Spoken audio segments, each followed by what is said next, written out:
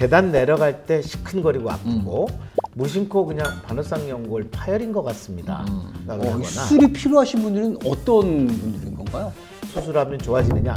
더 나빠지죠. 수술까지 하니까 근력은 더 떨어지니까. 그렇죠. 예.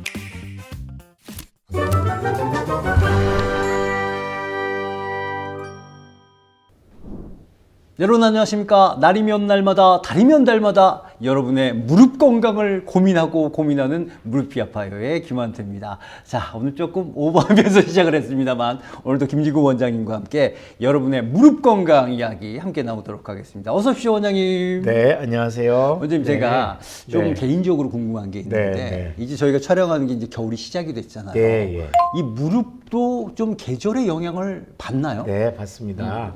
겨울서부터 시작해서 초봄까지가 제일 무릎이 아픈 시기예요. 그래서 오히려 이제 겨울에는 온도가 낮지 않습니까?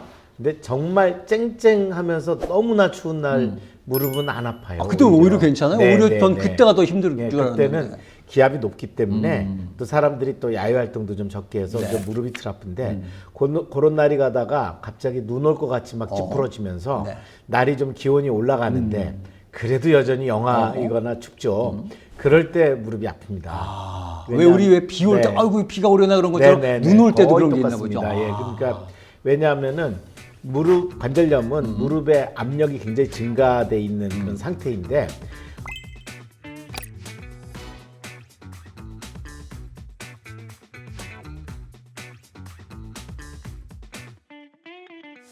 상대적으로 밖에 있는 기압이 뚝 떨어지면은 압력이 훨씬 더 크게 느껴지거든요. 그래서 쑥쑥 쑤시는 느낌이 오죠. 김지구 원장님 말씀은 아주 그냥 아예 추운 건 차라리 난데 그렇게 약간 날씨가 조금 따뜻해지는 겨울에 그때 조심을 하셔라. 여러분 꼭 조심하시길 바라겠습니다. 자, 오늘 주제는요. MRI에서 반월상 연골 파열 진단을 받고 수술을 권유받으신 그런 분들 아마 한 40대, 50대쯤에 많으실 것 같은데 어떤 분이 제가 40대인데 연골이 찢어졌다고 합니다. 수술을 해야 되나요? 이런 고민을 일단 얘기를 해주셨는데 어떨까요? 40, 50대 분들 되면 이렇게 찢어지신 분들이 좀 많이 있나요? 네, 굉장히 많습니다. 의사 선생님들은 이게 찢어진 것들이 조금만 보여도 무심코 그냥 바늘상 연골 파열인 것 같습니다. 아니면 또 쉽게 설명해 드린다고 또 찢어졌습니다. 뭐 이렇게 이게 얘기를 하면 파열이랑 찢어져서 이게 똑같은 얘기잖아요. 근데 파열입니다. 이거 찢어졌습니다. 이 느낌이 완전히 다르단 말이에요. 네, 그렇게 얘기를 들으면 아무리 그 다음에 설명을 해도 환자들은 마음속에 내가 정상 조직 하나가 이제는 완전히 찢어졌구나, 못 쓰게 됐구나.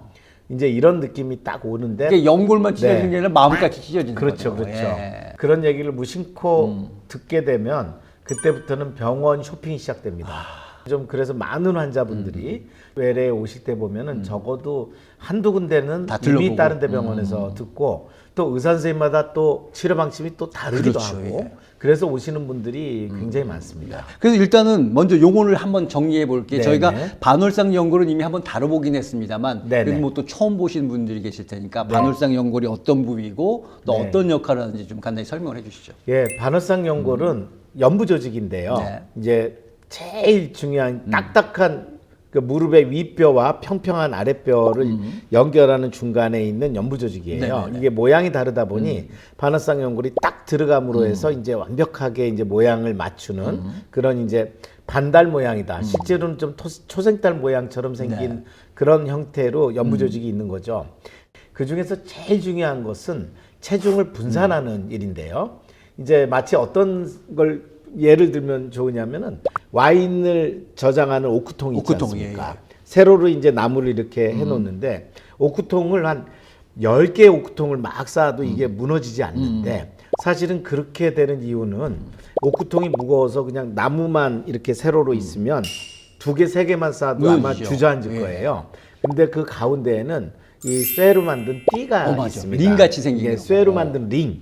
요게 있음으로 해서 축성 이제 내려오는 압력을 이게 링에서 다 분산시키기 때문에 적어도 전체 한 5배 정도까지는 이게 분산시켜서 이제 버티거든요. 그러면 거기에서의 그 오크통의 링 역할이 이 반월상 예, 연골이 이 반월상 연골은 그래서 모양 자체는 아주 작고 쿠션도 그렇게 두껍지 않지만 이게 완벽하게 충격을 분산시켜주기 때문에 이제 예를 들어서 안쪽 같은 경우는 체중의 한 1.7배, 1.7배. 바깥쪽은 체중의 3배 정도까지도 이게 충격을 분산한다고 해요. 이게 굉장히 중요한데 찢어졌다, 파열이다 이런 말보다 더 중요한 건 어떤 식으로 찢어졌느냐가 중요하겠죠. 그러니까 찢어진 예. 것도 예를 들자면 뭐 가로로 찢어졌냐, 세로 찢어졌냐 네네네. 그게 다를 수 있다는 예, 얘기거든요. 우리가 이제 생각을 해보면 그 옥구통에 있는 쇠링이 가로로 이렇게 갈라져 있으면 분명히 이거는 찢어지고 파열인데 위 아래 환이 살아있기 때문에 이거는 그대로 충격은 흡수하거든요. 근데 아마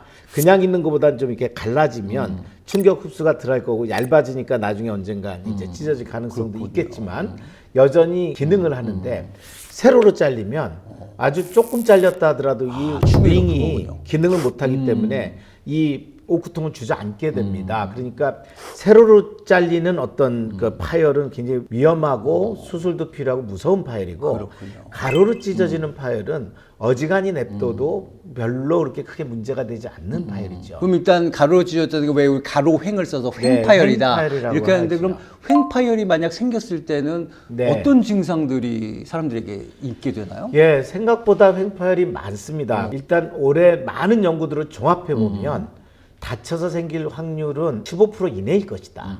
85%는 나이, 생활습관, 체중 이런 오래 누적된 어떤 스트레스랑 연관이 많습니다. 그러니까 반응성 연골이 원래 이게 삼각형으로 돼 있지만 위판과 아래판 사이에 이제 혈관이 지나가는데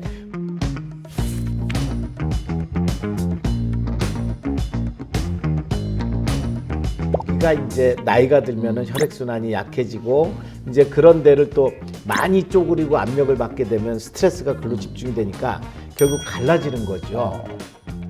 어느 정도 찢어지느냐 잘 알 수 없으나 40대 중반 정도 되는 분들을 그냥 공짜로 MRI를 찍어드린다 하면은 적어도 10 내지 20% 사이로는 꽤 많네요. 10에서 예, 20. 증상이 없는데도 횡파열이라는 이미 진단이, 찢어져 있는 예, 거군요. 그러니까 결국은 이제 나이 들어서 생기는 일종의 이제 노화 현상 중에 하나로 우선 좀 생각하시는 게 좋겠습니다. 이거 왜 우리가 퇴행성이라고 얘기를 하잖아요. 그거와 네. 비슷한 거라고 봐야 되나요? 예, 퇴행성인데 또 100%는 아, 아니기 때문에 이제 옥석을 잘 가려야 될 필요가 있겠고 마치 저희가 어렸을 때는 피부가 아주 좋지 않습니까? 탱탱하죠. 네, 그냥 허옇허예. 근데 나이가 들면서 쭈글쭈글해지면 피부만 보는 그 전문가다 하면은 이거는 굉장히 큰 병이라고 느낄 겁니다. 아마 탱탱한 그 탄력이 줄어들면서 안에 이렇게 노화로 이제 주름이 생기면은 이게 피부만 보면은 굉장히 큰 병으로 얘기할 수 있지 그렇겠죠, 않습니까? 그런데 실제로는 우리는 그 노화를 받아들이고 그렇죠. 나이가 드는 어떤 이거 일종의 뭐 자연스럽게 받아들이잖아요. 연륜이나 예. 경륜으로 받아들이지 일부러 뭐 시술을 받고 피는 사람도 있지만 아마 그냥 받아들이는 사람이 훨씬 많을 겁니다. 적어도 주름이 있다고 해서 두려워서 막 병원을 돌아다니고 내 마음을 결정하지 못하는 분은 별로 없을 겁니다. 그래서 횡파열을 약간 그런 느낌이다. 예, 아. 주름으로 생각하셨으면 좋겠다. 근데 그 중에 아주 심한 주름은 우리가 진짜 보톡스를 쓰든 시술을 하든 해야 될 게 있거든요. 왜냐하면은 주름이 너무 심하게 져서 심각하게. 눈이 예. 다 안 감긴다든지 아니면은 상처가 너무 생겼는데 자외선을 받아서 너무 까맣게 됐다든지 이런 것까지도 우리가 허용하진 않죠. 마찬가지로 횡파열에서도 얇아지기 때문에 일부가 증상을 일으키기도 하고 얇은 게 비틀어지면서 찢어져서 다른 파열로 이제 진행되기도 하기 때문에 그러니까 전체 횡파열 중에 그렇게 진행되는 10 내지 20% 사이의 파열을 주의하자. 뭐 이렇게 생각하시면 될 것 그러니까 같습니다. 횡파열 같은 경우에 수술이 아주 필요한 건 아니지만 네. 수술이 필요하신 분들도 있다. 네. 이렇게 생각을 하면 됩니다. 안타까운 것은 정말 너무나 많은 그 분들이 걱정이 돼서 찾아오신 분들이 많아요. 그런 분들이 대부분 수술이 필요하다고 생각을 하거나 수술이 필요하신 분들은 어떤 분들인 건가요?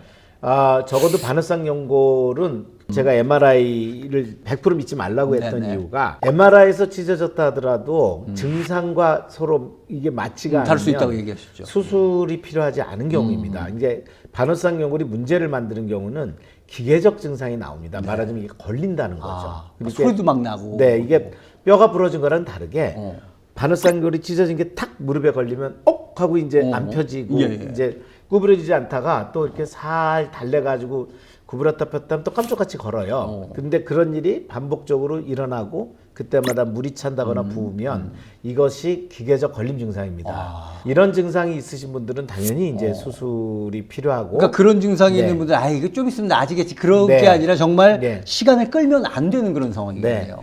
반대로 노화 현상 때문에 반월상 연골도 금이 갔지만 무릎의 근력도 빠지고 아, 그렇죠. 살도 쪄서 계단 내려갈 때 무릎 통증이 오더라. 근데 뚝뚝 소리가 나는데 앞에서 나더라. 이런 것은 반월상 연골 파열과는 거의 관련이 없는 그냥 40, 50대 나오는 초기 노화 증상이거든요. 근력이 떨어져서 나오는 거니까 그런 증상 때 반월상 연골 파열을 수술하면 좋아지느냐? 더 나빠지죠. 수술까지 하니까 근력은 더 떨어지니까. 그렇죠, 예. 그래서 우리가 환자분들이 가지고 있는 증상과 MRI에서 나오는 이상이 맞는지를 반드시 봐야 되고 그래서 이제 그런 정도.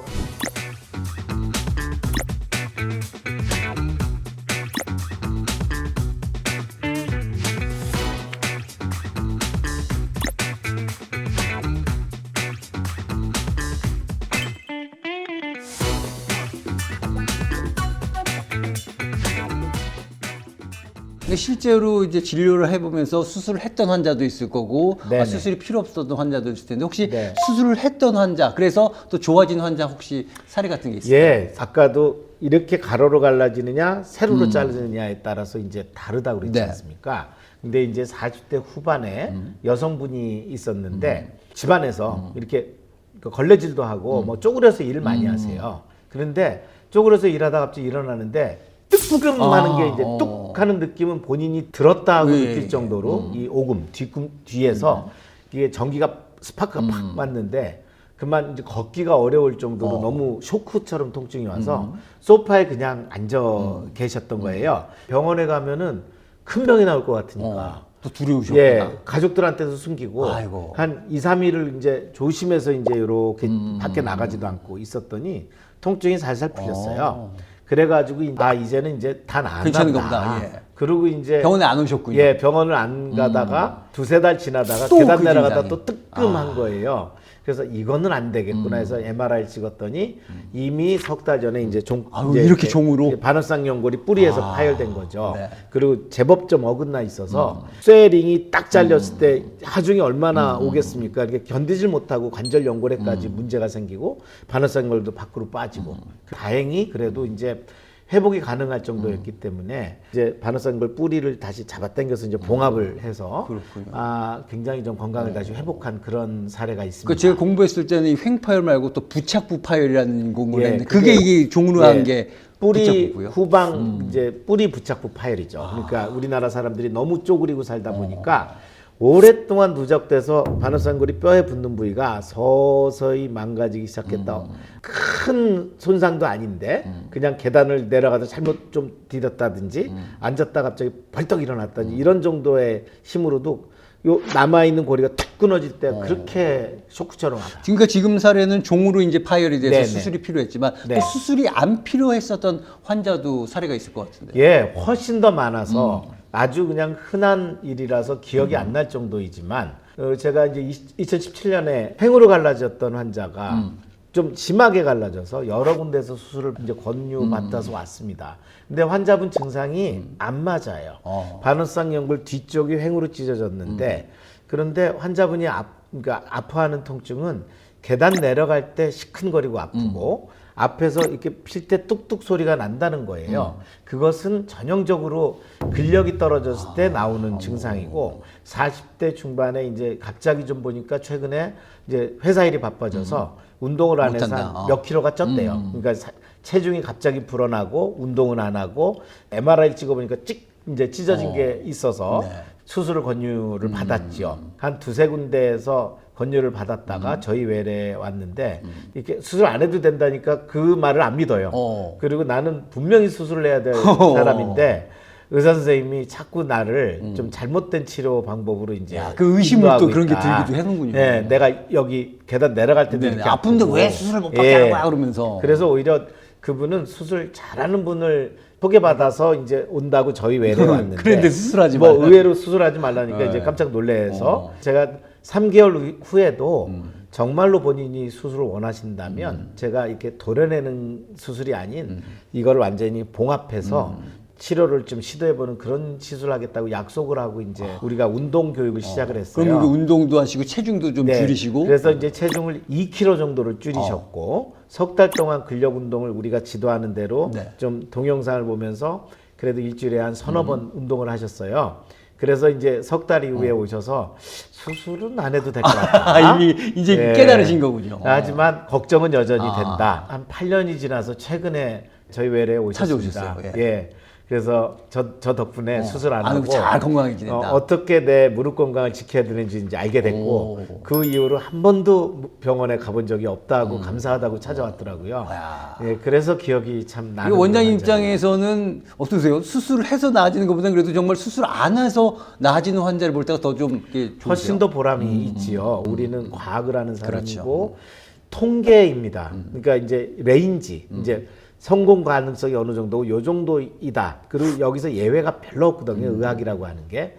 그런데 환자분들은 기적을 만들어내요. 왜냐하면은 내가 열심히 노력해서 내 병을 고쳐야 되겠다고 하는 사람은 어쨌든 수술을 안 하고 또 병을 역전시키는 경우도 있고 운동을 다시 하는 경우도 있고 종종 그런 경우를 보거든요. 그러면 의사들이 예상하지 못한 좋은 결과들이 나올 때 이게 결국은 그 사람의 보람이 의지가 있죠. 그렇게 네. 이제 고칠 수 있는 의지가 병을 고치는 거거든요. 네, 그래서 저는 항상 치료의 주인공은 환자분들이다. 우리는 거기에 조력자다. 물론 강력한 조력자지만 우리는 기적을 만들지 못하지만 당신은 당신의 몸에 기적을 만들 수 있다. 내가 늘 그렇게 강조하고 싶은 말씀입니다. 오늘도 원장님 정말 좋은 얘기 많이 해주셨고 다음 시간에는요 여러분들이 굉장히 궁금해하실 만한 연골은 과연 재생이 될 수 있을까? 이거 저도 굉장히 궁금한데 뭐 줄기세포 치료, 미세천공술 이런 단어들 아마 많이 들어보셨을 텐데 과연 어떤 치료가 효과적인지 기대와 현실을 구분해드리는 시간을 마련할 테니까요 다음 시간도 놓치지 마시기 바랍니다. 자, 저희는 여기서 인사드리겠습니다. 함께해 주신 여러분 고맙습니다.